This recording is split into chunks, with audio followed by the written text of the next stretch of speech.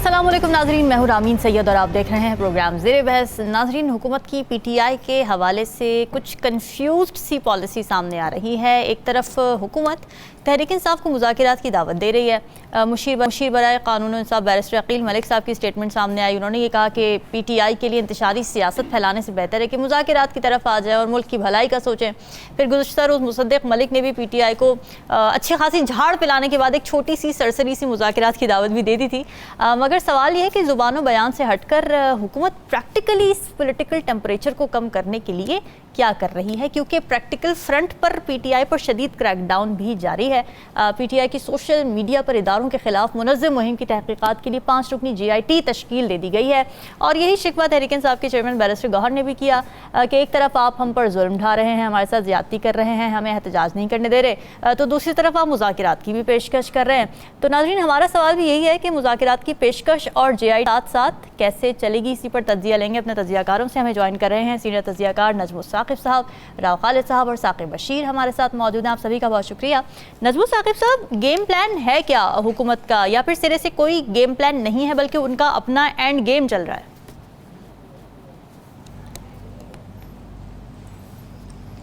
देखिए रामीन, इसमें लग ये रहा है कि ये मुज़ाकरात की जितनी भी बातें हैं ना, हुकूमत किसी गैर मरई ना नज़र आने वाले दबाव के तहत कर रही है। उसको मैं ज़रा थोड़ा एक्सप्लेन करता हूँ मैं ये क्यों कह रहा हूँ।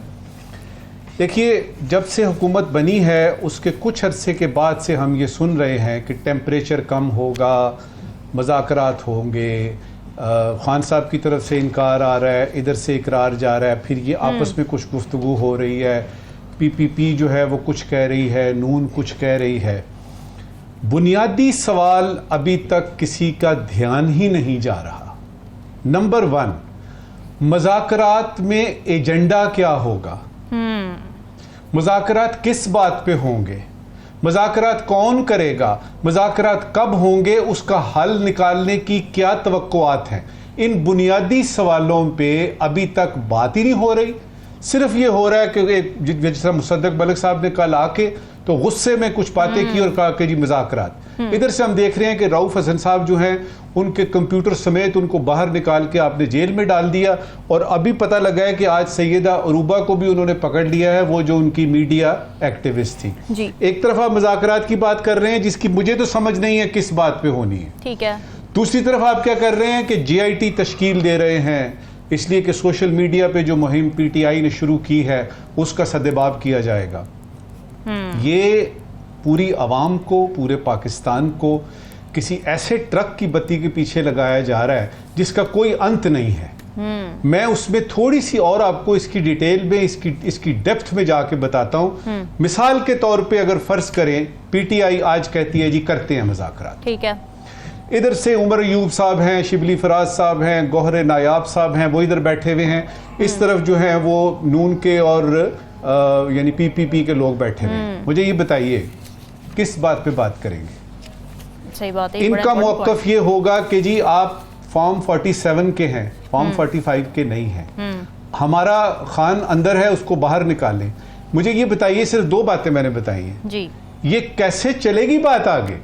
और कुछ ऐसी बातें भी हैं जो कि PTI चाहती है, जो कि पूरा करना, अगर उनकी डिमांड्स हैं पूरा करना, वो यानी हुकूमत वक्त के हाथ में ही नहीं है।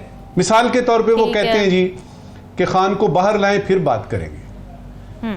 मेरे ख्याल में मेरा तज्जिया ये कह रहा है, मैं जो देख रहा हूं, मैं जो सुन रहा हूं, मैं जो समझ रहा हूं कि खान को जेल से बाहर लाना हुकूमत वक्त के बस की बात ही नहीं है।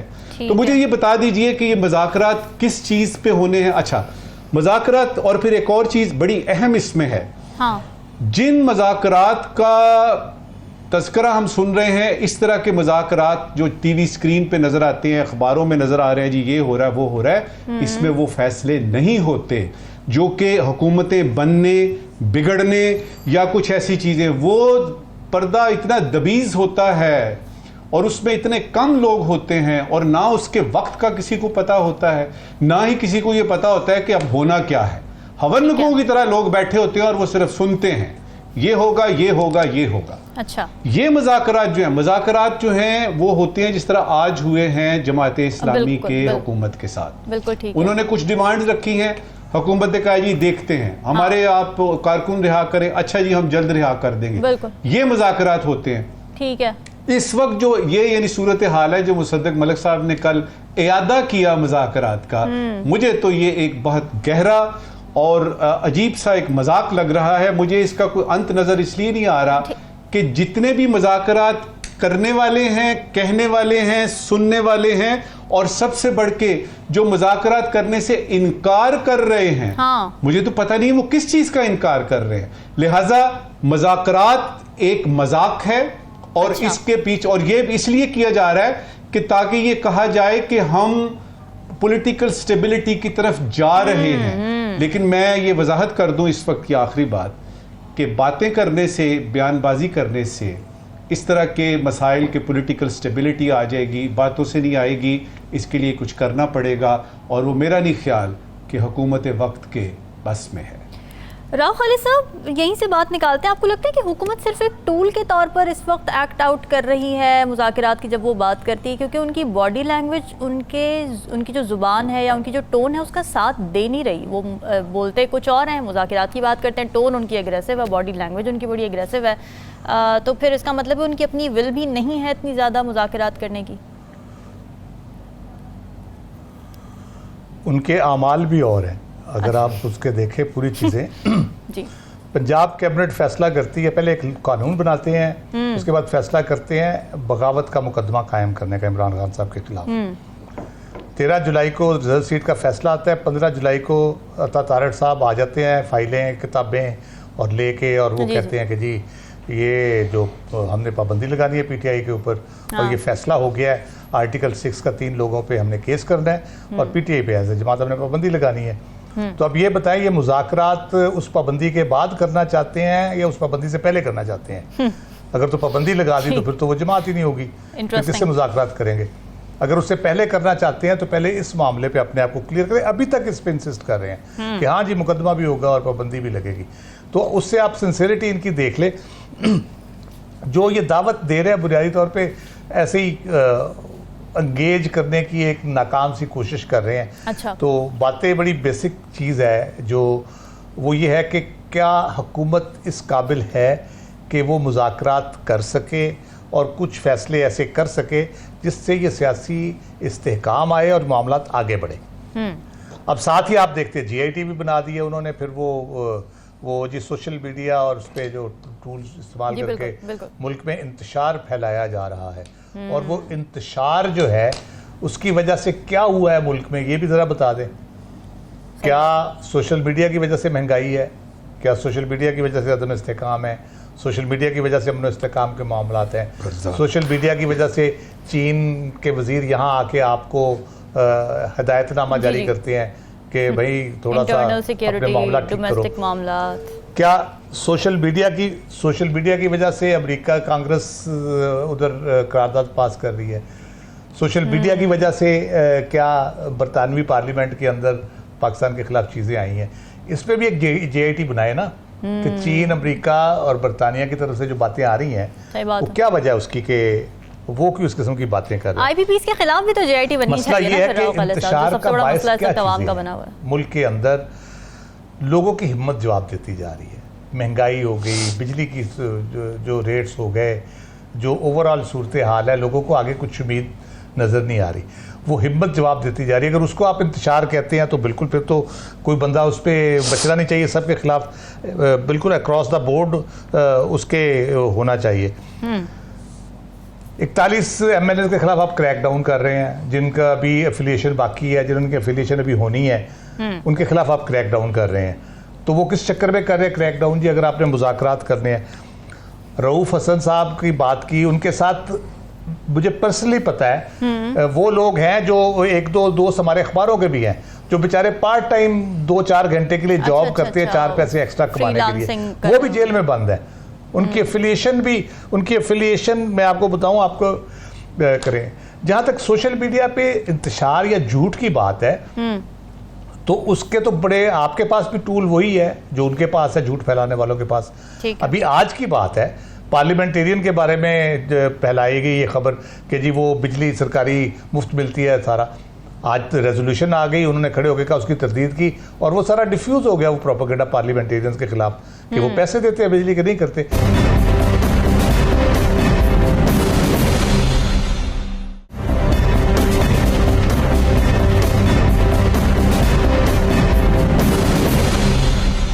साकिब, आपको नज़र आ रही है कोई क्लैरिटी कि हुकूमत किस बात पर मुज़ाकरात करना चाहती है? और दूसरा ये कि क्या पीटीआई भी करना चाहती है हुकूमत के साथ मुज़ाकरात, क्योंकि पीटीआई तो जो सिग्नलिंग और मैसेजिंग कर रही है उसका तो इशारा किसी और तरफ है। हुकूमत जो है वो कंफ्यूज नज़र आ रही है पिछले 3-4 रोज़ से, और उस कंफ्यूजन के पीछे कुछ खबरें हैं जो चल रही हैं। अच्छा, क्या? उनकी ऑथेंटिसिटी का कोई आइडिया नहीं है कि क्या है क्या नहीं है, लेकिन ये है कि हुकूमत जो है वो कंफ्यूज है। इसी कंफ्यूजन में ही कल जो है वो प्रेस कॉन्फ्रेंस भी की गई उस मुसद्दिक मलिक साहब की तरफ से, और उसमें मुज़ाकरात की बात भी उन्होंने की। अच्छा। फिर जो है वो हुकूमती वज़रा बात तो कर रहे हैं, अब जो पार्टी पर पाबंदी लगानी थी, आर्टिकल 6 लगाना था, अब फ़र्ज़ करें कि आज़म नज़ीर तारड़ 3 दिन पहले उन्होंने कमेटी से निकल रहे थे, तो उनसे सवाल हुआ कि क्या आपका प्लान है, तो उन्होंने कहा कि पीटीआई पर पाबंदी के लिए हमारे पास पूरा मवाद मौजूद है। मेरा सवाल ये है कि अगर एक जमात पर पाबंदी के लिए एक सॉलिड मवाद हुकूमत वक्त पर मौजूद है, तो उसके साथ मुज़ाकरात, ये हैरान कौन है वैसे कि दोनों जो है वो चीज़ों पे। तो इसलिए गवर्नमेंट की जो पॉलिसी है वहाँ तो कन्फ्यूजन ही कन्फ्यूजन नज़र आ रही है, और वो जो डिलीवरी थी वो भी नहीं दे पा रहे, बयानिया भी नहीं है, अवाम मुखालिफ है उनके, और अभी तक हुकूमत अपनी मौजूदगी जो है वो साबित नहीं कर पा रही। और दूसरी जानिब जो आपने पीटीआई की बात की, पीटीआई के जो बैरिस्टर गोहर हैं उन्होंने एक बयान एक जगह दिया कि हम इस हुकूमत के साथ कोई मुज़ाकरात नहीं करेंगे, फिर दूसरा बयान उन्होंने दिया कि नहीं, मुज़ाकरात के दरवाजे तो सियासी लोग खुले रखते हैं, सियासी जमातें, और ये डायलाग तो होना चाहिए, डायलाग अच्छी बात है, लेकिन मसला वही है कि फैसला होना है अडियाला जेल से ही। अब वो फैसला जो है वो बिहाइंड द सीन होना है, वो ऑन सीन कुछ होना है, ये कुछ पता नहीं है। ये पीटीआई की पोजीशन है, लेकिन जो ग्राउंड रियलिटीज़ हैं उन पे अगर हम बात करें तो इमरान खान साहब जो है वो इस वक्त 4 मुकदमात में उनको सजा हो चुकी है। 5वां जो मामला है 190 मिलियन पाउंड केस, अब वो अपनी इख्तिताम की तरफ बढ़ रहा है। पहले 4 मुकदमात में रिलीफ उनको मिल चुका है। इसके अलावा सोशल मीडिया का क्रैकडाउन आप देखें, JIT बन गई है, रऊफ हसन, पीटीआई की जो वर्ल्ड वाइड जो सोशल मीडिया टीमें हैं तमाम के साथ वो जो है वो उनका पहुंचने, उनको गिरफ्तारियां करने, और जो एक लड़की जो है वो उन्होंने गिरफ्तार की जो फेसबुक की ऐड थी पीटीआई की, आज बल्कि रऊफ हसन जो है उनके साथ उनका कोई लिंक, उन्होंने आज FIA ने एक रिपोर्ट पेश की अदालत में, तो उन्होंने कहा कि एक भारतीय जो है राहुल नामी कोई उसके साथ इनका कोई लिंक हुआ है, तो उन्होंने कोई इनको भेजा था, टिकट भेजा था, और फिर रऊफ हसन ने कहा कि मैंने बहरीन कोई वहाँ कॉन्फ्रेंस थी वहाँ पे जाना था, उसलिए टिकट आया था, तो वो एक लिंक भी निकाला गया उस पे, उसके हवाले से भी जो है बात हो रही है। तो ये मल्टीपल चीजें एक तरफ चल रही हैं। अभी MNAs की बात राव साहब ने की कि अभी प्रेस कॉन्फ्रेंस की उमर यूज, उन्होंने कहा हमारे 41 जो है MNAs हैं उनको किसी न किसी तरह मुख्तलिफ ऑफर्स आ रही हैं, कभी आते हैं कोई आपको वजीर बनाएंगे, कभी पैसा देंगे, तरह तरह की, और थ्रेट्स भी उनको हैं, कईयों को जो है वो उठाया गया है, हरासा किया जा रहा है। तो एक तरफ तो ये चीजें चल रही हैं, दूसरी तरफ हुकूमत जो है वो कंफ्यूज है, और तीसरी तरफ ये चल रहा है कि नहीं, पीटीआई के और जो मुख्तदर हल्के हैं उनके दरमियान शायद जो है वो कुर्बत जो है वो बढ़ रही है। एक पूरे माहौल में कंफ्यूजन बहरहाल मौजूद है, लेकिन हुकूमत वक्त जो है वो कहीं पे एग्जिस्ट करती हुई नजर नहीं आ रही। जो जमात इस्लामी का धरना है वो तो चल रहा है, उसके साथ वो मुज़ाकरात भी हुए, और जमात इस्लामी के धरने को फैसिलिटेट गवर्नमेंट कर रही है। ये बड़ी इंटरेस्टिंग बात है। 2 रोज पहले जो गवर्नमेंट ने कहा कि दफ़ा 144 पंजाब में भी नाफिज है, इस्लामाबाद में भी नाफिज है। आपने अच्छी बात है, ये पॉलिटिकल एक्टिविटीज को जो है वो उनको करना चाहिए, लेकिन ये है कि उनका जो दोगलापन वो देखें कि पीटीआई अगर कोई जलसा, कोई एहतजाज, प्रोटेस्ट कुछ करना चाहे तो वहां वो कहते हैं नहीं, हम जो है बिल्कुल इजाजत ऐसी नहीं देंगे, वहां भी इजाजत नहीं दी गई, लेकिन फैसिलिटेशन शुरू हो गई है। रावलपिंडी के जो DC है उन्होंने फैसिलिटेट करना शुरू किया, अब उनके मुज़ाकरात चल रहे हैं। वो मेरा ख्याल है आज तो कुछ नहीं हुआ, लेकिन कल गवर्नमेंट ने कहा है कि हम उस हवाले से फर्दर जो है वो कुछ करेंगे। लेकिन ये दोनों महाज और दोनों जो अगर आप फ्री कैन को देखें तो एक तरफ जो इमरान खान साहब है या पीटीआई भी ये सोच रही है कि हम इतने दर्जनों केसेस में हमें रिलीफ मिल चुका, जमानतें हो चुकी, बरीयत हो चुकी, लेकिन इमरान खान साहब बाहर नहीं आ सके। ये एक मतलब एडमिटेड चीज़ है। तो इसलिए वो भी हो सकता है कुछ सेकंड ऑप्शन की तरफ सोच रहे हो कि हमें भी एक स्टेप जो है वो पीछे हटना चाहिए, दूसरी तरफ भी एक स्टेप पीछे हटे, ताकि कोई एक ऐसी चीज़ या किसी मुज़ाकरात की टेबल हो या मुज़ाकरात की टेबल के बगैर ही मामलात आगे बढ़े। क्योंकि एक आखिरी बात मैं करूंगा, एक चीज़ तो तय है कि जब मुस्लिम लीग नून वापस आई पूरे सिस्टम में, तो उस वक्त भी कोई मुज़ाकरात, कोई चीज़ हमें नज़र नहीं आई थी। लेकिन हालात के साथ साथ मुस्लिम लीग नून इन होती गई और पीटीआई आउट होती गई।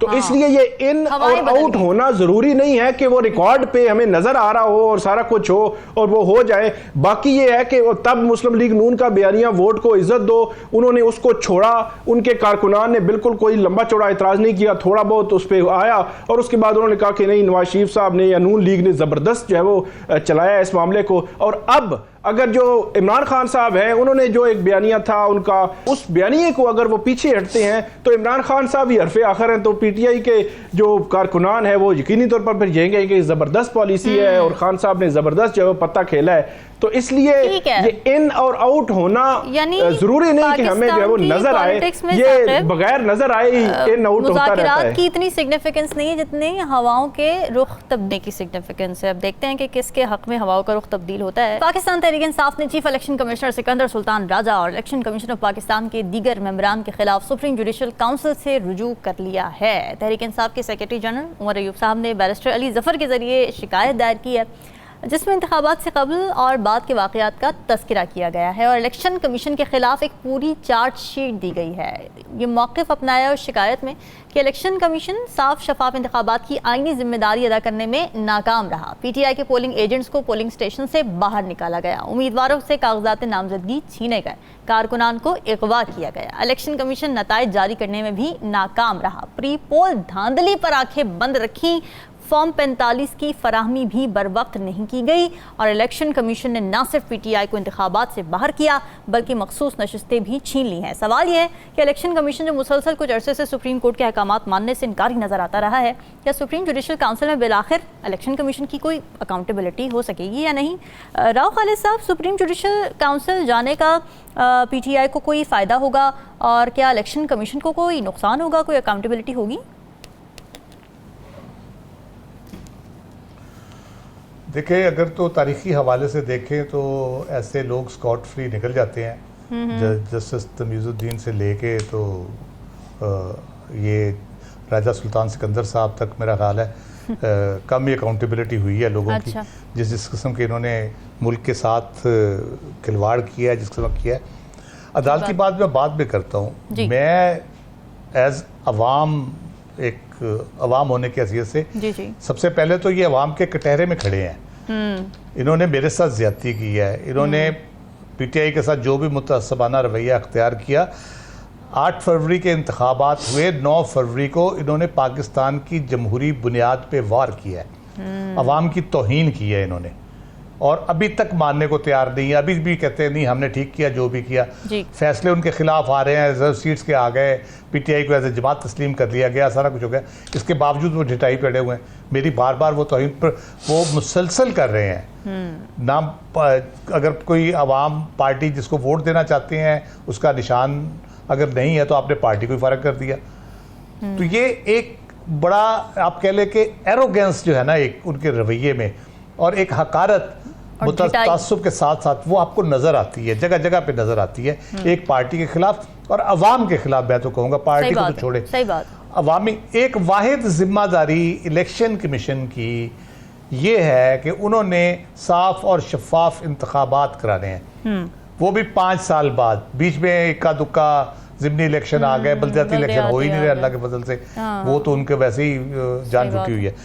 अगर वो भी वो नहीं करा सकते तो इस इदारे की ज़रूरत और हैसियत क्या है, फिर मुझे बताएं। क्यों आइन में इसको रखा गया है, क्यों इनके लिए सारे फंड्स एलोकेशन की जाती है, क्यों इनको इतनी सहूलतें दी जाती हैं, 3 पीस सूट पहन के बैठ जाते हैं और हमें लेक्चर देते हैं बैठ के। दूसरी बात है अदालती मामलात की जी।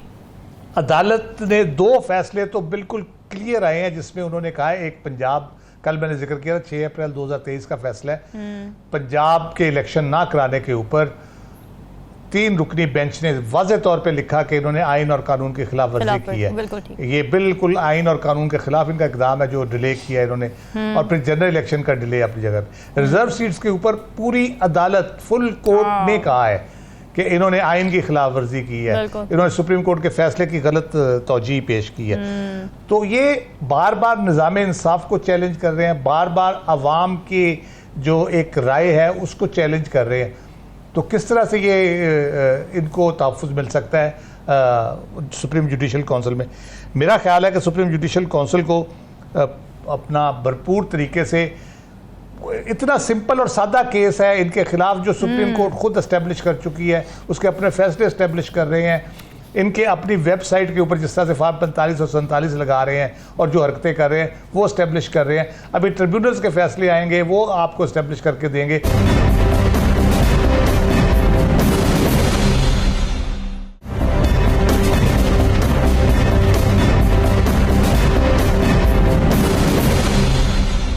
नजमो साकिब साहब, मैं थोड़ा दूर का सोच रही हूँ, आप मुझे वापस लेकर आ सकते हैं, मगर ये जो ग्राउंड्स अभी पीटीआई ने बनाए हैं सुप्रीम जुडिशल काउंसिल में जाने के लिए इलेक्शन कमीशन के खिलाफ, क्या इन ग्राउंड्स की बेसिस पे 8 फरवरी को होने वाले इलेक्शंस कलअदम हो सकते हैं?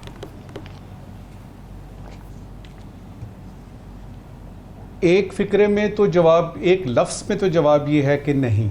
अच्छा, नहीं हो सकता। दूसरी बात यह है कि ये जिस मिसकंडक्ट की बात हो रही है ना, अगर आप पीटीआई का वो देखें ना, जो कंप्लेन उन्होंने बना के तो भेजी है सुप्रीम जुडिशल काउंसिल में, उसका लुबे लुबाब ये है कि इलेक्शन कमीशन ने मिसकंडक्ट का यानी वो किया है, और उसमें उन्होंने वो नहीं किया जो उनको करना चाहिए था, और उन्होंने वो किया जो कि मिसकंडक्ट के जुमरे में आता है। तो लफ्ज़ है मिसकंडक्ट। ओके।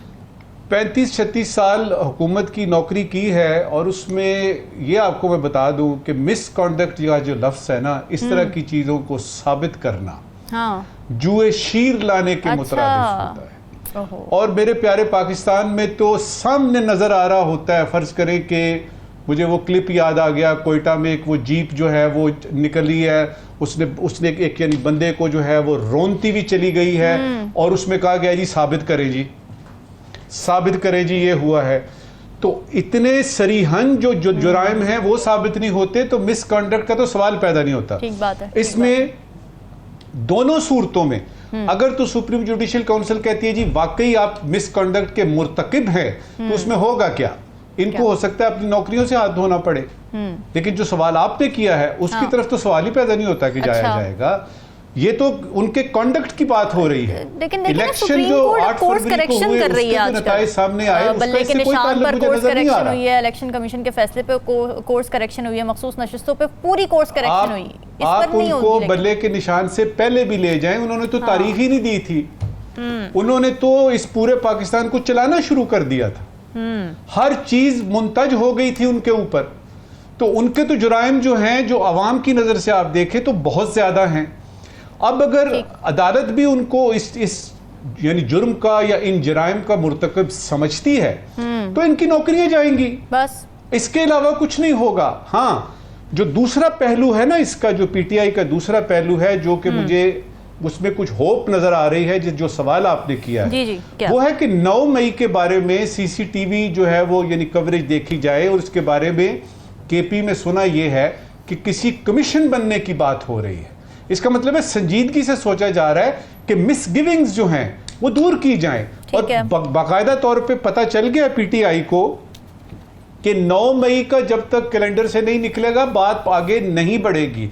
और जहां तक बात है इसकी कि वजाहत किस चीज़ की और इस चीज़ की और उस चीज़ की, हमें इसी में ही लगे रहेंगे। एक बात आपको बता दूं, चाहे ये कमीशन बन जाए, चाहे आपका ये सुप्रीम जुडिशल काउंसिल कह दे कि जी जितनी भी इन्होंने किए हैं ना वो अल्ट्रा वायर्स हैं और इलीगल इन्होंने काम किए हैं, इनको ये कर दे वो कर दे वो कर दे, मीठे चावल उस वक्त मिलेंगे जब पीर साईं आएगा। वो आपने सुना है ना, पीर साईं आंदा है तो मीठे चावल खांदा है। ये अदालत के हाथ में नहीं है, ये हुकूमत के हाथ में नहीं है, ये पीर साईं के हाथ में है। और मीठे चावल इंशाअल्लाह उसी वक्त पीटीआई को मिलेंगे जब पीर साईं आएगा। ठीक है साकिब, आपको क्या लगता है ये जो दरख्वास्त लेके गई है पीटीआई, इसके नतीजे में इलेक्शन कमीशन की कोई अकाउंटेबिलिटी होने का चांस है? और वही सवाल जो मैंने नजमो साकिब साहब से भी किया कि क्या इसके नतीजे में इलेक्शंस तक कोर्स करेक्शन हो सकती है? अकाउंटेबिलिटी तो होनी चाहिए। इलेक्शन जो कलअदम करने की आपने बात की कि वो तो मेरा नहीं ख्याल होगा, लेकिन अकाउंटेबिलिटी इसकी होनी चाहिए। उसकी वजह ये है कि जो पब्लिक है, जो आवाम है, वो किसी हद तक इस चीज़ पे बिलीव करती है। हम खुद इस चीज़ पे बिलीव करते हैं कि आपने जो कुछ करना है अपने वोट की ताकत से कीजिए, और जब भी वोट हो 5 साल के बाद तो आप अपना वोट ज़रूर कास्ट करें, क्योंकि उसका बड़ा वज़न होता है। तो ये जो उसको वो जो यकीन रखे हुए हैं, वो यकीन किसी न किसी सूरत में कायम रहना चाहिए। ये बड़ी एक बदकिस्मती है कि 8 फरवरी को वो जो लोगों का यकीन था उसको तोड़ा गया, वो टूटा, और उसमें इलेक्शन कमीशन का जो है वो बड़ा किरदार है। ये तकरीबन जो पीटीआई ने सुप्रीम जुडिशल काउंसिल में लेके गए हैं 14-15 इनके जो वो पॉइंट्स हैं, वो मैं क्रक्स उसका आपके सामने रखता हूं। एक तो वो 90 रोज में इलेक्शन जो करवाने थे उन्होंने वो नहीं करवाए थे। पंजाब और खैबर पख्तूनख्वा में वो भी इसी में है कि उन्होंने आइन तोड़ा। उसके बाद उन्होंने कहा कि लेवल प्लेइंग फील्ड नहीं दी गई, और पीटीआई को उसी नज़र से नहीं देखा गया जिस तरह बाकी जो है पॉलिटिकल पार्टीज को देखा जाता रहा। फिर ये जानिबदार था इलेक्शन कमीशन। ममनुआ फंडिंग केस का हवाला दिया गया है कि हमारा केस, पीटीआई का केस 2013 से ऑनवर्ड जो चल रहा है, अभी भी चल रहा है, और जो बाकी पॉलिटिकल पार्टीज हैं उनके खिलाफ 2017 से ममनुआ फंडिंग केसेस के अलेज किए गए। तो वो केसेस जो है वो पेंडिंग है, उनमें अभी तक जो है वो कुछ नहीं हुआ। इसके अलावा प्री पोल और पोल डे और पोस्ट पोल रिगिंग की जो है वो इसमें बात की गई है, और इसमें इलेक्शन कमीशन ने पीटीआई के उन उम्मीदवारों को, इलेक्शन कमीशन जो उनको रुकावटें आ रही थी उसमें खामोशी इख्तियार की, और जो उन पर मजालिम होते रहे, मतलब उनके जो कैंडिडेट्स थे जो तजवीज़ कुरिंदा, तायद कुरिंदा रोके जाते रहे, उस पर इलेक्शन कमीशन ने कोई जो है वो नोटिस नहीं लिया। और पार्टी बनकर वो कहते हैं कि इमरान खान जो है उनके खिलाफ क्रिमिनल केस बनाया, फिर उनको नाअहल किया। इंट्रा पार्टी इलेक्शंस में जो सुप्रीम कोर्ट का फैसला था उसकी गलत तशरीह की, ये सबसे बड़ा पॉइंट है, गलत तशरीह की जिसका खुमियाजा हमें जो है भुगतना पड़ा।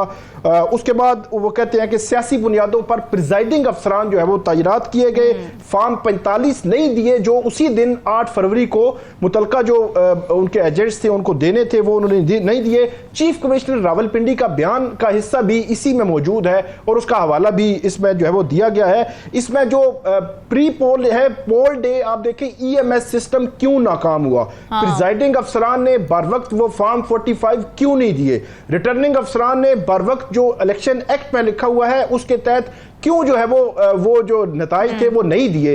अगर ये सारा कुछ पोल डे का भी इलेक्शन कमीशन ने 8 फरवरी से लेकर आज तक उसकी कोई तहकीकात जो है वो नहीं कराई, तो इसलिए इलेक्शन कमीशन की जो कारकर्दगी है उस पर सवाल उठता है। एक और बात, 8 फरवरी को इलेक्शन कमीशन के पास इख्तियार था कि वो उसको रोकती कि मोबाइल सर्विस पूरे मुल्क में बंद करने की जरूरत नहीं थी।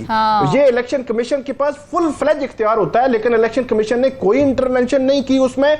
जहां पे मोबाइल सर्विस बंद करने की जरूरत थी वहां होनी चाहिए थी, बाकी जगहों पे नहीं होनी चाहिए थी, लेकिन कर दी। इलेक्शन कमीशन ने नहीं पूछा, तो ये सारे सवालात इलेक्शन कमीशन से पूछे जाने चाहिए कि क्यों ऐसा हो रहा है। एक सिर्फ मैं मिसाल देकर जो है वो अपनी बात को खत्म करूंगा कि ये जो फॉर्म 45 और फॉर्म 47 और जो लोगों का यकीन है वोट पर, ये अगर उठ गया तो जो कैंडिडेट्स हैं वो भी यही समझते हैं कि हम जो है वो, हमें अगर वोट ना भी मिला तो हम जो है वो किसी के कहने पर जो है वो किसी की मुआवनत से जो है वो एमएनए बन जाएंगे। तो फिर होता क्या है, फिर जो हल्के की सियासत है वो भी खत्म हो जाती है। एक जो मैं आपको एक एग्जांपल देता हूं कि जेलम और पिंड दादर खान के दरमियान एक जो है वो सड़क बननी है, वो तकरीबन 100 किलोमीटर से जायद की वो रोड है, वो पिछले 2-2.5-3 साल से जो है वो उखाड़ बिछाड़ है, कुछ भी नहीं हुआ। अब जो एमएनएज बने हैं उन पर भी सवाल वो फॉर्म 45 फॉर्म 47 वाला है। अब मसला यह है कि वहां पे लोग कहते हैं कि किससे बात की जाए, उमूमी तौर पर अवामी नुमाइंदों से बात की जाती है कि आप ये काम करें क्योंकि पूरा इलाका जो है वो इफेक्ट हो रहा है, लेकिन वो काम नहीं होता। उसकी वजह यह है कि जो बने हुए एमएनए वो भी ये समझते हैं कि हम कौन सा आपके वोटों से बने हैं, हम तो मतलब कहीं ना कहीं सेटिंग हो गई, कोई चीज हो गई तो बन गए। तो ये एलिगेशन होते हैं, इसके इफेक्ट असरात बहुत गहरे होते हैं। इसलिए 8 फरवरी इलेक्शंस पे कम से कम इलेक्शन कमीशन की अकाउंटेबिलिटी सख्ती से होनी चाहिए, बिल्कुल ठीक। वरना फिर हमें वही आज के 5 साल बाद भी हम इसी तरह जो है वो बातें कर रहे होंगे सही और बात। कह रहे होंगे कि ये इलेक्शन इस तरह होना चाहिए था, इस तरह नहीं। नाजरीन, डिस्कशन आपने सुनी, फीडबैक जरूर हमें दीजिए इजाजत। अल्लाह हाफिज।